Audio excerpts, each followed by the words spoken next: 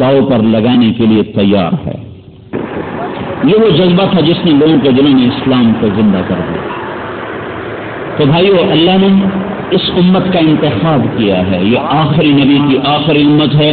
اللہ کے پیغام کو لے کر پھرنا یہ اس امت کی ذمہ داری ہے۔ یہ بات بھول گئی تھی انسانیت۔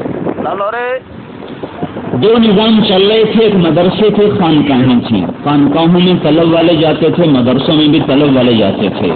مادیت نے آنکھ کھولی، سائنس کی طاقت نے کائنات کو مسخر کیا۔ انہوں نے دنیا کو ایسا خوبصورت کر کے دکھایا کہ لوگ جنت بھی بھول گئے، جہنم بھی بھول گئے، اللہ بھی بھول گئے، اور اس کے پیچھے ایسے دوڑے کہ مدرسے بھی ویران ہوتے چلے جا رہے تھے اور خانقاہیں بھی بے آباد ویران ہوتی چلی جا رہی تھیں۔ تو اللہ تعالیٰ نے اپنے ایک بندے پر پھر اس دعوت کی آواز کو بلند فرمایا، اور مولانا الیاس صاحب رحمۃ اللہ علیہ اگر اپنی فہم سے چلتے تو کوئی مدرسہ کھولتے یا کوئی خانقاہ بناتے، مرید بناتے یا طلبہ تیار کرتے۔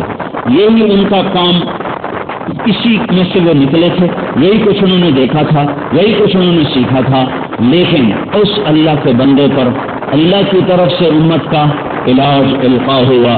اس نے مدرسے کو بھی چھوڑا، خانقاہ کو بھی چھوڑا، اور اس نے بستر کندھے پہ رکھا اور در در لوگوں کے جا کے در کھٹکھٹانے شروع کیے اور ان کو تیار کرنا شروع کیا کہ تم بھی اللہ کا پیغام لے کر آگے پھرو، تم بھی اللہ کا پیغام لے کر آگے پھرو اور جاؤ لوگوں کو اللہ کی بات سناؤ۔ اپنے بھی مخالف ہو گئے، غیر بھی مخالف ہو گئے، نہ اپنوں کو سمجھ میں آئے نہ غیروں کو سمجھ میں آئے۔ علماء فرمائیں کہ جاہل کیا تبلیغ کریں گے، علماء فرمائیں جاہل کیا تبلیغ کریں گے، صوفیاء فرمائیں جو خود بگڑا ہوا وہ اوروں کو کیا ٹھیک کرے گا۔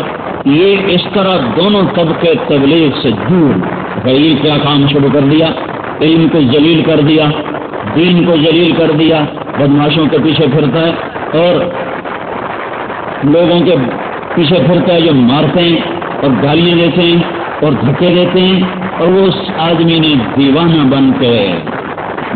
بن کے نہ رات کو چین نہ دن کو چین۔ ایک اس وقت نظام الدین جنگل تھا، جنگل تو جنگل کا ٹھیکیدار تھا، اس کا نام تھا الادیہ۔ وہ رات کو کبھی کبھی جنگل کا چکر لگاتا تھا کہ کوئی چوری تو نہیں، کوئی لکڑی تو نہیں پڑ رہا۔ ایک رات وہ لالٹین لیے پھر رہا ہے تو اس کو اندر بیچ کسی کے رونے کی آواز آئی۔ بڑا حیران ہوا، اندھیری رات ہے، یہ کون یہاں رو رہا ہے؟ تو اس آواز کی طرف چلتا گیا تو کیا دیکھا کہ مولانا الیاس صاحب رحمۃ اللہ علیہ سجدے میں پڑے ہوئے اور رو رہے ہیں بے قرار۔ وہ جانتا تھا انہیں کی مسجد میں نماز پڑھتا تھا۔ مولوی صاحب اس اندھیرے میں تم کیا کر رہے ہو؟ اٹھ کے بیٹھ گئے، کہیں گے الادیہ تو کہتا میں جنگل کا ٹھیکیدار ہوں، مجھے فرصت نہیں۔ یہ دلی کے تاجر کہتے ہیں ہماری تجارتیں ہیں، بال بچے ہیں، ہمیں فرصت کوئی نہیں ہے۔ تو یہ میرے نبی کا دین ہے، یہ کس کے ذمہ کروں، کون اس کو لے کر پھرے؟ یہ غم مجھے رلا رہا ہے۔ اس ایک بندے کی درد بھری فریاد نے 6 بر اعظم کے انسانوں کو متحرک کر دیا، اور میں وہ حدیث کو زندہ ہوتے دیکھ رہا ہوں۔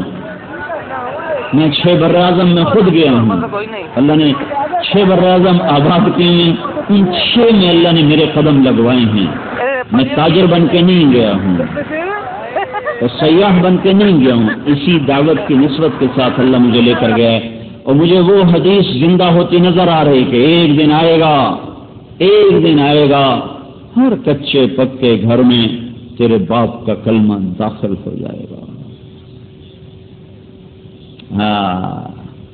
گھر بیٹھنا اور اللہ کی راہوں میں پھرنا برابر نہیں ہو سکتا۔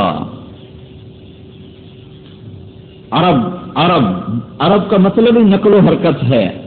یہ دین عالمی دین تھا، علاقائی نہیں تھا، قومی نہیں تھا۔ اس کے لیے ایسی قوم چاہیے تھی جن کی گھٹی میں نقل و حرکت ہو، جو بیٹھنا نہ جانتے ہوں،